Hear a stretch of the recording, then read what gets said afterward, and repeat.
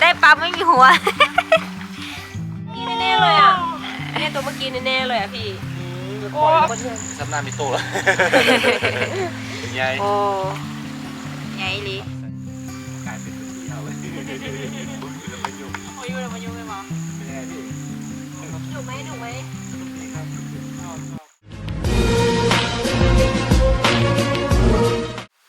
สบายดีทุกคนยินดีต้อนรับเข้าสู่ช่องอาคาน้อยตอนนี้เฮาสิพาเห็นบอคนอยู่ทั้งข้างนี่ก็คือไออันแน่ ส เนาะ วัสดีครับน้อง เป็นมาเที่ยวเนาะเดี๋ยวมื้อนี้เฮาสิพาไออันแน่เข้าป่าไปผจญภัยว่าเล่นเพิ่นเรียกว่าอเวนเจอร์ตลอดว่าสิเก่งคำใดนะลองเอาไปปล่อยอยู่ป่าเบิ่ง ไม่ค่อยเก่งหรอก น้องอูลองซาน สาวนุ่ม จะไปต่อยกับใคร สาว เนี่ย นุ่มบอก น้องอูลองซานแล้วก็มีโตอาคาเกิลแล้วก็ตะกล้องเฮาอาคายามีคือปกติเวลามีคนมาหาอาคาน้อยต้องเข้าป่าอยู่แล้วนะ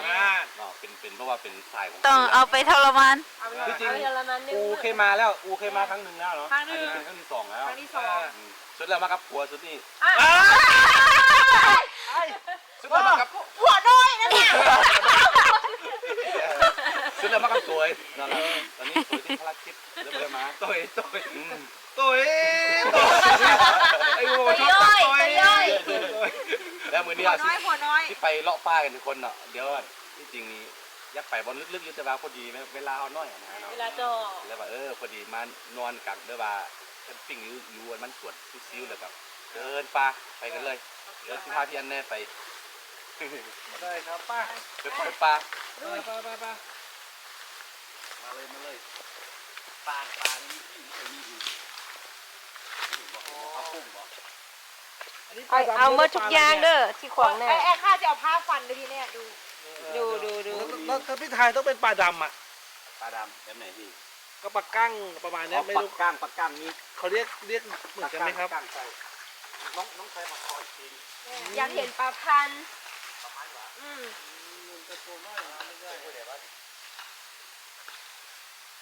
มันมีสองห่วยให้เลือกก็คือสิไปห่วยปูหรือว่าสิไป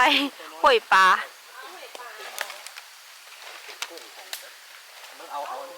เอามา เจ้าจะเพิ่งไปเดี๋ยวปลาหนี มัน เอาสวิงมาเดี๋ยวเขาจะช้อนกุ้งหรือช้อนอะไรให้เบิ้ง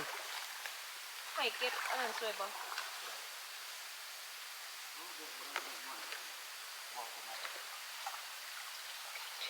จะช้อนอะไรกุ้งเหรอ เขาจะถึงแล้วเลย ปลาซิวหน่อยเด้อเอาไปให้อันสกูให้อันอูมกซูแอนเนี่ยกินแบบนี้ โอ้ได้ ไล่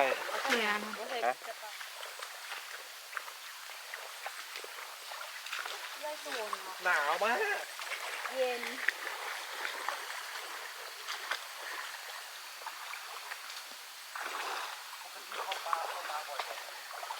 ข้าวบ่อยครับข้าวบ่อยจริงๆก็คือที่นี้ก่อนจะเป็นแบบนี้นะครับเนี่ย ฟิวคล้ายๆจะ เหมือนเลยทำอูค่อยกินผัดชีแล้วมันจะจาง คนเหนือเขาคิดว่าเวลาเขากินแล้วเขาจะได้มาเที่ยวกันอีก ก็คือหอยนี่มันตุ่นนะ เพราะนี่จะเป็น ถ้าเป็นเป็ดอะไรแล้วเมื่อวานก็กินด้วยกันมา บ่แม่นถามว่าเฮาค่าสู้กินหั่นนะจะบ่ได้ซื้อตลาดนี้ได้ ป๊อป เอาก่อนเอาไม่หอยกูได้เห็นหอยอะไรจังอันไปใส่ห้องบ่เฮงเมื่อนั้นค่อยไปเอาว่าหมดอยู่อันในห้องสอนไว้ได้เลยว่า หอยเลยบอกมีสู้ครับไอ้ไปมันมีหอยผู้ต้องกินเต็มแล้วหอย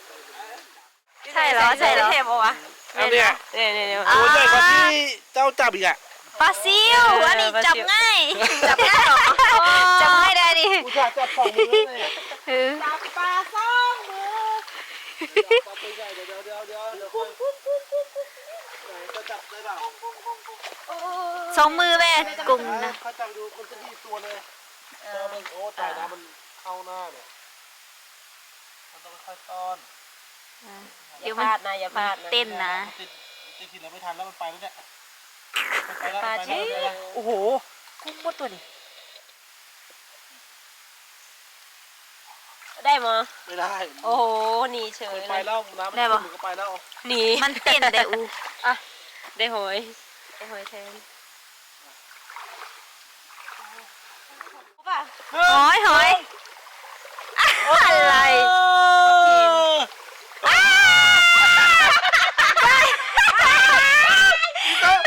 เคยเห็นปูอ่ะ เอ้ยเฮ้ย พี่อันเน่ได้ตัวปูเก่ง โอ้เก่งเก่งเก่ง อ๋อแสดงว่าพี่อันเน่ตาคมเด้อ ใช่ ไม่เห็นอย่างเลย ใช้ได้อยู่ ไม่ได้เนี่ยทายสืบอีกอ๋อมืออื่นต้องสืบเลขปูเด้อ เล็กปูเด้อท่านผู้ชม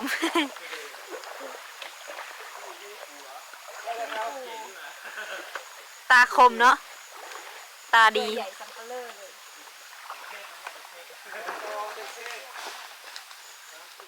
งูมันยังนี่ พวกมึงกินปลาตัวนี้ก็เอิ้นงูอ่ะ อุ้ยพี่ออกมาสิ ยามันไปเอง เรียกว่าคิดได้แรงที่สุด ปาอย่าไปยุ่งกับมันเลย ปกติจับเลยนะงูเหลือม โอ้ยเก่งหนีดีกว่า ต่อพันต่อพัน อยู่ใส่เบิ่งประพันธ์เด้อ ไอ้มีโต้ชัก ยศสิแม่ นักเลย จะ ประพันธ์น่ะนัก โอ้โห โอ้ย มาฟันค ประ น พันธ์ประพันธ์ประพันธ์ โอ้ โอ้ย โอ้ยเนี่ย เดี๋ยวสิให้อันอูมกกินมกให้กินมกพี่อันซูพี่อันแน่กิน อืม ตอนเช้า พรุ่งนี้ตอนเช้าเราต้องตื่นเช้าๆนะนี่จะเป็นปลาซิวเดี๋ยวทุกคน ประมาณ ตื่นตีห้านะ ได้ค่ะ ให้เขาดูก่อนน้ำพุ่น พอถึงที่กลับไปวันที่บ้านประมาณ10 โมงได้ แต่งตัวชั่วโมงหนึ่ง แล้วก็ไปล้างหน้าล้างตาแต่งตัวแล้วก็ไปเลยกินไปแลก อะไรมีโตเห็นอะไร ก็ทำไมเนี่ย ก็จับปลาไงกุ้งอะจับยากนะ นี่นะเนี่ยตัวมันน้อย ไปแล้วเหรอ มันเต้น มันเด่นตัวน้อย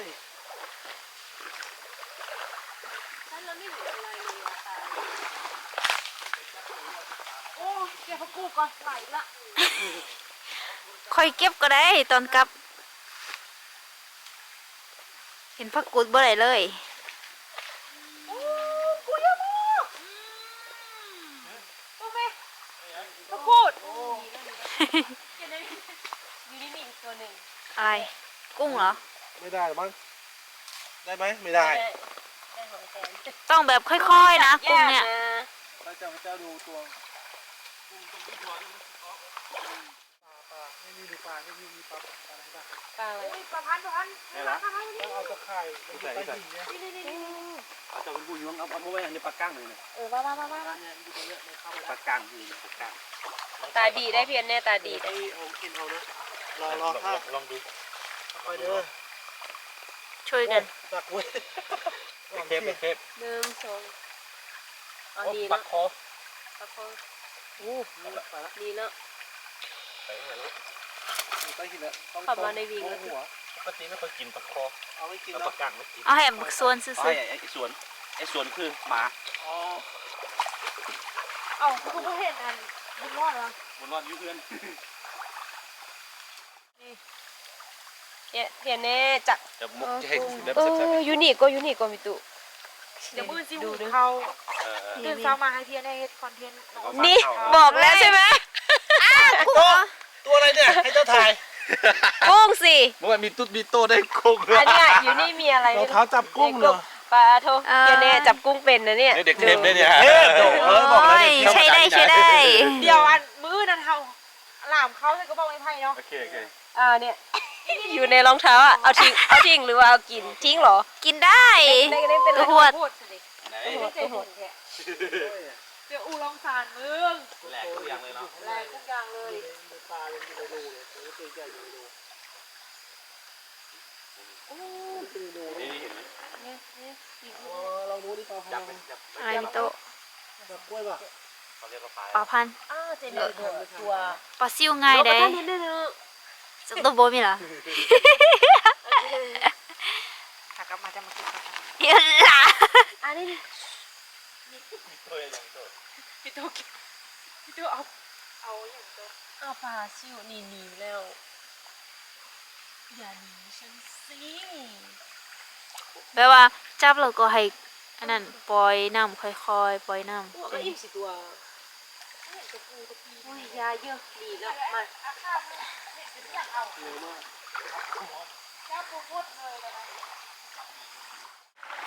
โอ้เต็มเลยขี้ดิน อ้าว แบบแยกอยู่นะกูแบบ เอาละ พอ ขี้ ได้ ดินทั้งนั้นเลย โอ้ยมันเต้นไปมันดีดไปนะตะกุ้งนี่ ต้องเอาสองมือแล้วก็เบา ถ้าชีวิตอยู่ในป่าได้เก่งมากเลย ๆได้เหรอ เอา ได้ปลาไม่มีหัว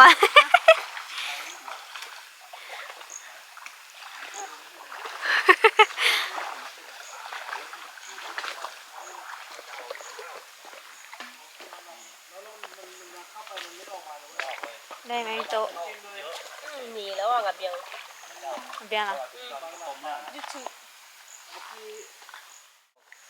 โอ้ยได้ปู ไม่หักเลย ออกเลย ไม่ออกนะ ได้อยู่ ได้อยู่ เดี๋ยวอันมันสิกัดโตอันนั้นเด้ ตัวปลาพัน ตัวปลาพันธุ์น่ะ เขาจะตอนปูให้ดูปกติเจ้าตอนปูตอนตอนยังมีโต๊ะ ไม่รู้อ่ะ ราคาตอนปูเป็นปะ ตอน เอาอย่างมัดดิ ไม่ อ๋อ ไม่ เขาเอาที่แหลมๆเนี่ยหนีบก้ามมันไง อ๋อ อ๋อ เห็นจะได้ ลองสอนเด็กเทพสอ อ๋อน เนี่ย เฮียน นะ เฮียน แม่น เฮียนหู เนี่ยคือใส่แล้วมันก็ไม่ได้แล้ว จะได้ติดตาใช่ไหม จับช่วยมา ไม่นั่นก็คือประมาณนี้ไม่ให้มันคือง้างไม่ให้มันไอ้เนี่ย อ๋อ อ๋อไม่ให้ ไม่ให้ แบ มัน บไม่สามารถจับอะไร ผมไม่ได้ทำนานแล้วดื่มเนี่ยแย่ไม่ลงรูเนี่ย หรือว่ามัน มันจะอ่อนกว่า เออ ใส่เลยถ้าในห้องนี้มีตัวให้กินนะ ใส่ได้ไหมมี อะ โต๊ะ ไร ไหม นะ มีโต๊ะจัดการมีโต๊ะโหดหน้าโหดอยู่ เอาใส่เลย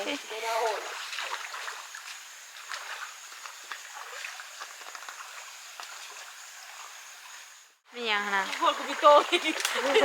นี่มีสวิงยังไม่ได้สักตัว ก็มันเห็นแต่กุ้งอ่ะแล้วก็กุ้งมันเต้นเก่งมากแล้วก็มันจับยากมากเลยอะไรอย่างเงี้ยเอาเลยลองดูแบบของ เอ้า อะไร หนึ่งสอง ได้ปะ ได้อยู่ บ่ได้ เออใหญ่อ เห็น ยู่ เองนี่นะเห็นเอง อยู่อ่ะถ่ายบ้าง หายแล้ว น่านว่าแล้วไงมันจะเก่งนะ มีคนป่าแล้วเดี๋ยวเขาป่า นี่เจ๊คิโม มันหายแล้วทุกคน เมื่อกี้บอกว่าเห็นเองก็เลย เพียนนี่เลย ตกใจพี่อ่ะช้ามากเลย เดี๋ยวไม่เป็นไรทุกคนเดี๋ยวเราไปหาข้างหน้ากัน เขาแกล้งปล่อยไงเขาแกล้งปล่อยไง แม่ ได้บอู ปลาซิว อ๋อได้ปลาซิว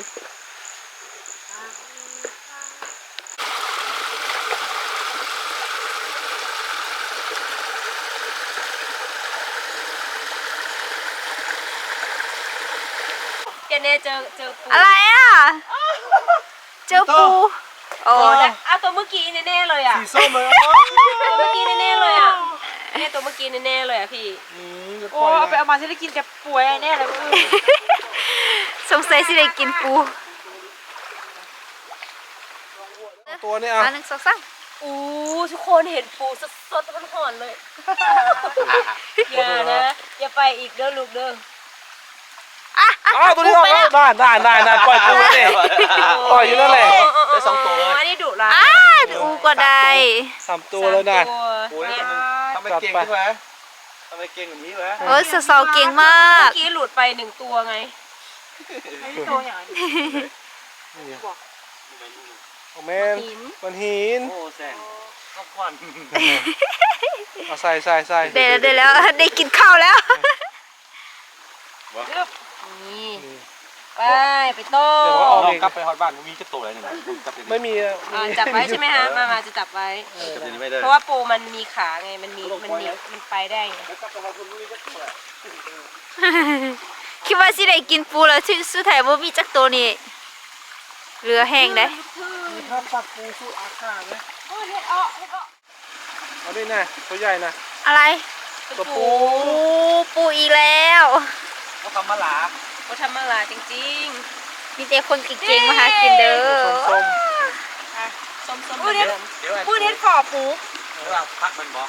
ฮะ เดี๋ยวเราต้องมา เดี๋ยวเช่นสิอองปูวะ เพื่อออกมันไว้ แล้วก็เอาผู้ดินใส่กันก่อน บ่ ใส่ปะ ให้แบบสู้เสียงขวางเดี๋ยวขออนุญาตไปเบิ่งงานยูทูบก่อนแล้วใช่ไหม นอนเลย การเย็นไปเบิ่งยูทูบ ยืน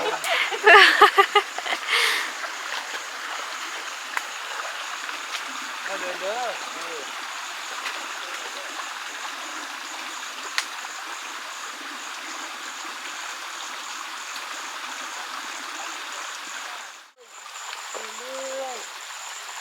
แล้วว่าไปห้องที่เราไปแล้วไอ้ข้างเขาจะใจถึงว่าอยากกินถึงว่าอยากเอานะหลายเฮงเนาะ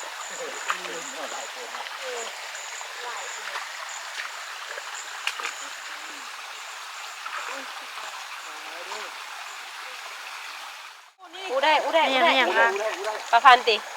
เก่งมากเลยตัว เก่ ให ง ญ่ มาก ด้วย เลย โอ้ ว้าวประพันธ์ของแซ่บเลย เกือบเต็มแล้วนี่นะ ที่บ้านถึงหาเครื่องตู้สิบโล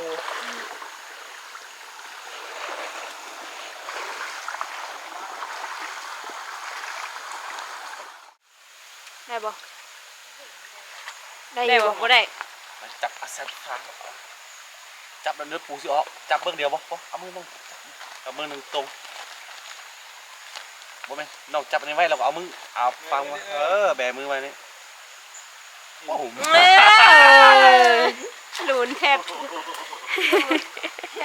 เฮ็ดตามมาแถววะ คิดว่าเป็นตัวกู้เลย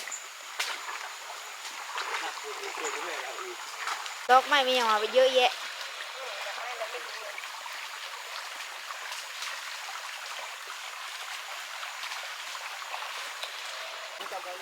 ดู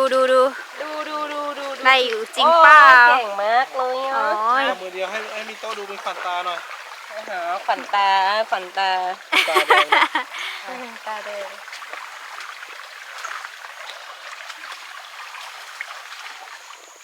จะมาได้บ่ ได้ต้องได้อยู่ จับง่ายๆยังเป็นไหมเนี่ยเห็นไหม ไม่เป็น ว้าวตัวใหญ่ด้วยสุดยอด สุดยอด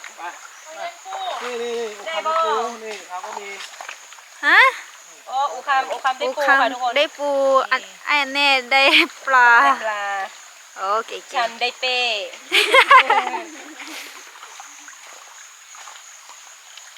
ตัวใหญ่ มีโต๊ะทำรุ่นหรือเปล่านะ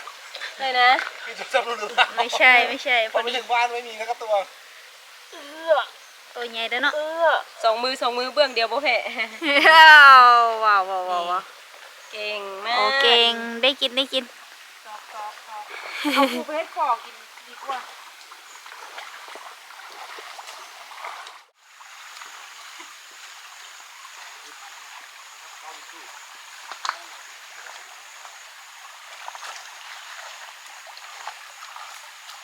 ซ่อนมาดีบ่ดีซ่อนบ่ต้องซ่อน ไม่บอก แม่นมีแต่ว่าเห็นปลาแล้วก็จับเอาไม่ใครเห็น เทียแน่กับเหยียบเนี่ย มีโต๊ะตาดีมากเลยเมื่อกี้เห็น โอ้ ตีเป็นคล้ายๆกับตัวใหญ่ ตัวใหญ่อยู่ นี่อย่าหนีเด้ออย่าหนีพี่ไปเด้อ เดี๋ยวสิให้หมดเด้อเบิ่งดีๆได้ ตัวเดียวมันออกมาอยู่ กินได้หมดบ้านเด้อ มีตัวนี้ตัวเดียวอ่ะ บ่เห็นแบบเห็นวูบพี่แน่กำลังจะเหยียบนะ เดินขึ้นมือขามือแขนนั่งได้นะนี่นั่งได้ เมื่อยบ่ บ่เมื่อยถ้าพิษหนาวเดี๋ยวนี้บ่หนาวละ นั่ง พอแล้วเนาะ นั่งพักผ่อน พักผ่อนเหรอ นั่งเลยแล้วก็จะกลับนิโต้เป็นยังไงปิดไฟ ม่วนเขาสั่งปิดไฟอันเมื่อกี้ว่าจะได้แควกน่ะมันยัง อันใด น้องซื้อลองเอาเดี๋ยวไทยบ้านนอกลอง อ๋อซอกกราว ซอกกล้าว กล้าว ซอกกราวข ปิด นาด ปิ นั้ ด น ปิดอันนี้บ่ได้หรอวะซอกกล้าว แสดงว่า อันนี้โบเป็นสายเดียวไมโครโฟนเนาะถ้าเราไม่สายเดียวไมโครโฟนเนาะ เจ้า ซอกกล้าวไปว่าอย่างคอมเมนต์เด้อ เดี๋ยวมันนอกอีกนะ มันนอก เอาอันเคยอันเบิ้งเดียวไมโครโฟนนี่มันเดียวเท่าไหร่แล้ววะ เดียว12ละ สองเนาะ เดี๋ยว13 จะมักเดียวใดสุด ค่อยบอกว่าค่อยมักเดียวเลยแต่ค่อยชื่อแล้วค่อยมักเดียวไม่ยัง เดียวไอ้นั่นน่ะ อ๋อ เดียวที่มีมากพระเจ้าหาวง ห้าองค์ หาองค์ เขาเจ้าเล่าเรื่องมันเล่าเรื่องโน้ตมันพี่โน้ตอุดมเขาเล่าเรื่องราวตอนที่เขายังเด็กอุชอบเรื่องอันเดียว อ๋อหมดแล้วเดียว10เดียว8นี่แหละ เราแบบเล่าเรื่องชีวิตรันทดให้เป็นเรื่องตลกใจเขาถ่ายนี่แหละ มี ฮอตสุดกับอันนี้นะ กับอันนี้นะ เคยไทย แลบลิ้น บอกค่อยมีฮูปนี่ค่อยสิเนี่ย สาวที่โดนแดง แล้วค่อยจะกลัวเลยแล้วก็มีฮูปนึงเงินเด็กก็ฆ่าตัวเองมาได้เลย เดี๋ยวนี้ เอาที่ไหนวะ คือตอนนี้เอานางพักผ่อนอยู่เพราะว่าเพิ่นมันไม่ว่ายางมาโดนอ่ะเมื่อยกินบ่ ทุกคนบ่เอาซิวๆเพราะว่ามันเป็นทางเดียวแบบเดินประจำไม่ต้องปกติเวลาบ่เฮ็ดคอนเทนต์นี่ก็อย่างนะครับจะเดิน2 คนเพราะมันเป็นกลายเป็นพื้นที่เฮาเลยบ่มีเรื่องมายุ่ง โอ้ยอยู่เลยมายุ่งเลยมา เป็นยังไงพี่ หนุกไหม สนุกดีครับชอบเข้าอย่างนี้อยู่แล้วก็ จริง เอาก็แม่งก่อนก็เป็นอย่างนี้ ๆได้ แม่งก่อนเป็นแบบนี้บางทีหาปูหาปลาหาหอยอย่างเงี้ย ติดกับแม่น้ำน้ำ ปลาย น้ำป น้ำ ลา ปลาย ย น้ำปลายติดกับ น้ำปลาย ชายแดนพม่า แต่ไม่ติดทะเลใช่ไหมพี่ ไม่ติดมันไกลอยู่ครับมัน แม่ห้องสอนเนาะ ใช่มันไม่ติดพม่าอย่างนี้ครับไม่ติดทะเล ติดทำไมน่าสนใจอยู่นะครับ นี่ก็ติดพม่าไม่ใช่เหรอ ใช่ค่ะ ติด ก็นั่นแหละแต่เราติด อันนี้ใกล้นิดเดียว ใกล้นิดเดียวไม่ถึง50กิโล 10 กว่ากิโล ใช่10กว่ากิโล 14มั้ง นี่ก็ถึง ไป นะ ฮอตไปฮอตดอนมูลเส้นดาว เส้นดาวใช่ อ๋อ ข้ามไปได้สบาย มีเรือค่ะ นี่ตอนนี้เขานั่งกำลังนั่งล้มกันอยู่ได้ป่ะให้สาวๆพักผ่อน ได้อยู่ไป ได้ ต่อ อยู่ไปต่อหาปลาหลายๆมื้ออื่นเช้าจะได้ กลับตรงนี้ แมนเอากับที่ว่าโอเค มันจะลำบากไปเยอะเดี๋ยวจะเอาอันเดินมาทรมานในย่างที่จม ไป ไป เดี๋ยวไปเก็บผักกูดก่อน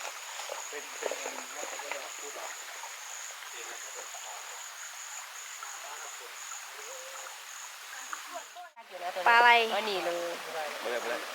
เพราะมันเป็นแบบสถานที่ไม่โอเค อ๋อ มันเป็นภูมันบอก เป็นภูเป็นผา เข้าไปแล้วเหร เอา อ มีดลอง เนี่ยเน่ตาดีนะน่าจะเข้ารูแล้ว เขารู้แล้ว ไม่เป็นไรหรอก ไม่เป็นไร นี่ได้มาไป หุ่น เอาไป มันอยู่กล่องอันใบไม้คือพยายามกำลังรีอยู่หั่นนะ โอ้ตัวใหญ่ ซ้ำสิกินแล้วเนาะมื้ออื่นเนาะ อันนี้กินได้ไหมล่ะ หมดเลย สำนามีโตแล้วเป็นไง โอ้ใหญ่อีหลี ใส่ บ่ต้องปล่อยเด้อ บ่ต้องปล่อย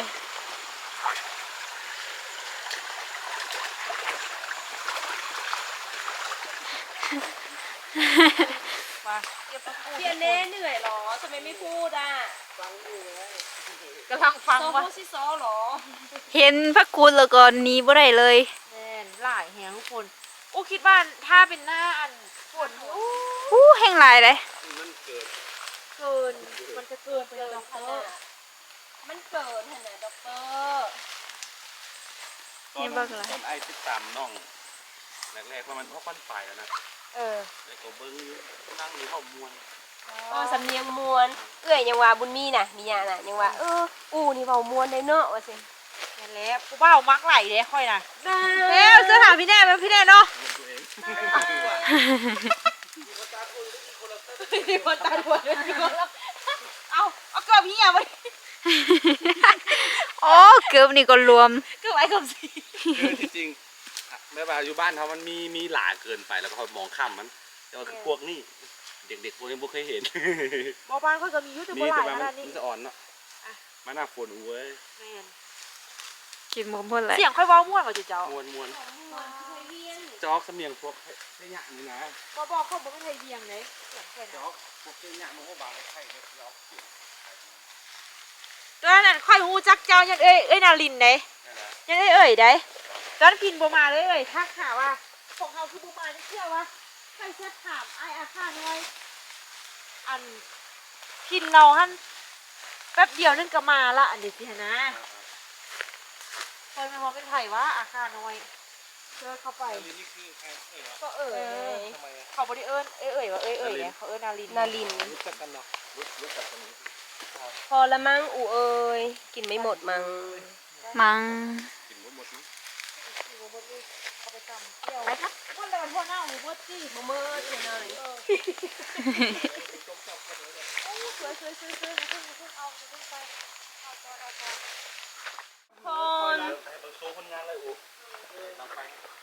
หมดแล้ว เขาไม่ใช่อย่างว่าปูนี่จะมองอะไรไว้วะ มันมีให้ตู้ใส่ตู้ นี่ อ่างเด้ ให้พระกูดมา อ่างเมื่อกี้เด้ไป เป็น เสร็จ ก แล้ ระ ว ตาเลย นี่ให้เป็นโซ่ผลงานของมันนะ อ้างตัวไหน มาฮอดสวนแล้วเดี๋ยวนี้เขาสิดังไฟ อ่างเมื่อกี้กูลังพักกูทันเด้ อ๋ออันนี้คืออ้างโอเคเอาเอิญซาม อ่ะอูโซ ไป โซผลงาน ออกเลย ของเลย หนึ่ง สอง ถ้าจะไหลนะ สาม เดี๋ยวมันชีขับออกไปหมด บอกขังไว้ โอ้ โอ้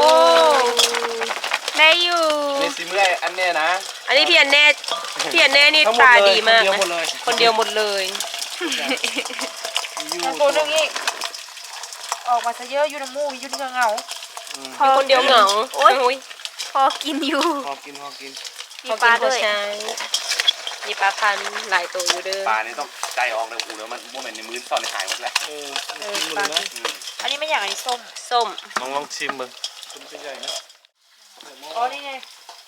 นี่หูบอลนี่ใส่ยัง มูนี่เห็นที่เราซื้อกินโรงเรียนเขาบอก แม่นแล้ว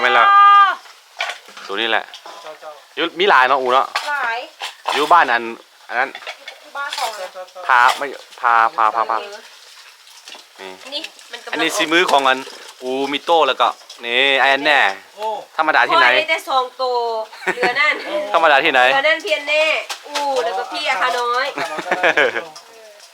ได้หอยสองอันค่อยนะกับปูสองตัว ตัวถือว่าใช้ได้นะครับปูหินที่เขาเอาไปขายเนี่ย พรุ่งนี้น้องอูจะทำฝอปูให้กินเด้อ ตำปู เดี๋ยวรอติดตามทั้งพี่ของ ก็คือ เมื่อไหร่จะโต มันจะเป็นอันคนเสียงของเขาจะเอิ้นฝอแต่ว่าคนทางบ้านอูจะเอิ้นอ้อ อ่ะ ฝอปูอ่ะปล่อยไปเข้าไปทำกันเนี่ย นู่นดิ อันนี้ใช่พี่ให้มีตู้จัดการ เยอะมาก คือถ้าพวกนี้นะถ้า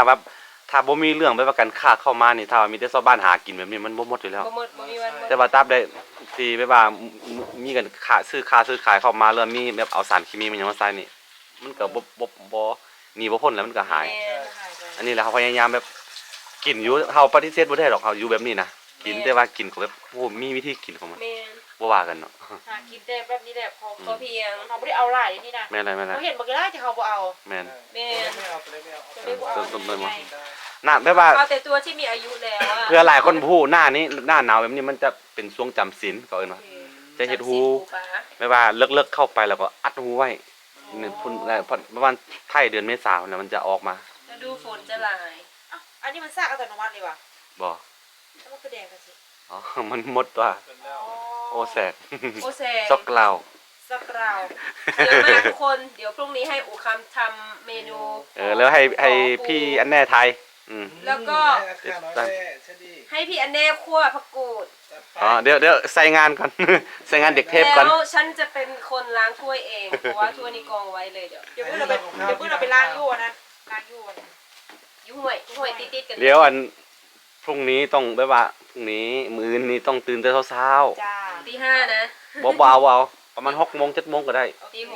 บ่ต้องตื่นเช้าเอาแบบนอนพักผ่อนเต็มที่รถ โอเค เพราะว่าเฮามักพักผ่อนเด้ กี่โมงเนี่ย ตัวแฮง 6อ๋อ11 โมงบ่ทัน บ่แบบนี้สิเว้าให้ฟัง โอเค บ่ต้องฝืนแบบว่าตื่นยามใดก็ตื่นเพราะว่าเฮาบ่มีเวียกหยังอยู่แล้วแต่ว่าตื่นมาแล้วก็พอดีล้างหน้าล้างตาแต่งตัวนี่เราไปงานของอันน้องกูลเลย เอาน้องอูอย่าง น้องโอนกำลังสิออกน้องอูน้องซาน เนาะ โอเค แปลว่าเพราะว่าเป็นกันมาพักผ่อนได้ให้ชิวๆเต็มที่แล้วนี่คือบ้าน นี่คือบ้าน นี่คือบ้าน บ้านเราบ้านทุกคน ค่ะขอบคุณพี่อา โอ คาร เคมื้อนี้เป็นได้พี่ลองให้ ไอ้ที่อัน ออกคำคิด บอกกัน น้องก็รู้สึกประทับใจมากในสิ่งที่น้องๆต้อนรับแล้วก็ให้มาร่วมกิจกรรมตรงนี้ เป็นยังไง รู้สึกกังวลไหม ไม่ตอนแรกก็รู้สึกกังวลแล้วก็กลัว หลังจากที่ได้มาเจอน้องๆแล้วก็น้องๆให้การต้อนรับแล้วก็รับประกันในการที่ว่าจะเดินทางเข้ามารู้สึกว่ามันกังวลก็หายไป อ๋อ ก็เลยขี่รถรอบเมืองแล้วก็มาถึงตรงเนี้ยนะก็ขอบคุณน้องอาคารน้อยแล้วก็น้องมีโต๊ะด้วยหลักๆเลยนะครับ แล้วก็เจ้าหน้าที่ที่นี่แล้วก็คน ไม่กลัวกองร้อนแล้วเนาะ อืมมาถึงพอมาถึงมึงพาไปหาตำรวจเลย ใช่ทุกอย่างโอเคไม่เป็นไร นะ อืม ประสานงานหลายหน่วยงานก็ติดต่อพี่โจด้วยนะ แม่น แต่ที่ว่าคนที่นี่น่ารักให้ความร่วมมืออย่างดีเลย พี่แบบจะเป็นเมืองเล็กๆ แล้วก็ส่วนมากจะรู้จักกันหมดอืม รู้จักกัน เห็นหน้ากันแล้วก็รู้จักกันหมดนะก็เลยว่ามันสบายใจกว่า ครับ อาจจะเป็นเมืองน้อยๆแต่ว่าบ่มีหยังมันก็มีแต่มีปลามีเขา แม่ ถ้าฮักปลาฮักเขามาหาเฮา โอเค รักป่ารักเขามาละมาห อย่าลืมฮักพี่ด้วยนะ รักเราบ้างนะ เออขอบใจอันพี่อันแน่ที่มายามเนาะมายามหวังว่าเดี๋ยวต่อๆไปก็น่าจะได้มีโอกาสมาอยู่ ครับ เขาบอกว่าถ้ามาครั้งนึงแล้วต้องได้มา เมนเมือง พอมาเมืองแล้ว นี่ถามนั่งอันนี้แม่ ผู้ร้องสารนางอันนี้ว่ะนางอันนี้มาสองครั้ง นั่งอันนี้เคยมาเทื่อนึงแล้วเทื่อนี้ครั้งที่สอง แม่ เมนครั้งที่ เดี๋ยว ส ก็ อง จะมีครั้งที่สามอีกสี่ ต่อๆไปก่อนมา เจ็ดที่แปดไป เดี๋ยวไปรอบต่อๆไปก็จะมีลูกจะมีหลานเจียมานำ เจ้าต้องไปหาคนที่ร้องสารเนี่ยมีโต้คือกัน ไป ไป ไม่นอน ไปเลย งานดอกอูเจ บอก กัน ราคางานดองไปเลย เต็มที่ไป ที่ไป โอเคเดี๋ยวเอาสิดังไฟผิงไฟแล้วก็สิกินอัน กินซา กินซากินน้ำซากินน้ำขาวก่อน เจ้ามันห้องหนาวเว้ย แต่มันหนาว หนาวแก้หนาวได้อันนั้นน่ะ เสื้อออกอายนี่ แต่ว่าเราเดินมันเลยร้อนมันเลยแต่เราได้เฉยๆหนาว แม่ โอเคประมาณนี้คลิปนี้ก็ ค่ะ ไว้เจอกันเดี๋ยวคลิปต่อๆไปว่าเดี๋ยวมื้ออื่นเขาสิได้อยู่นํกันอีก แม่ เนาะพี่เนาะโอเค ครับผมครับสวัสดี โอเค ครับ สบายดีทุกคน อ่า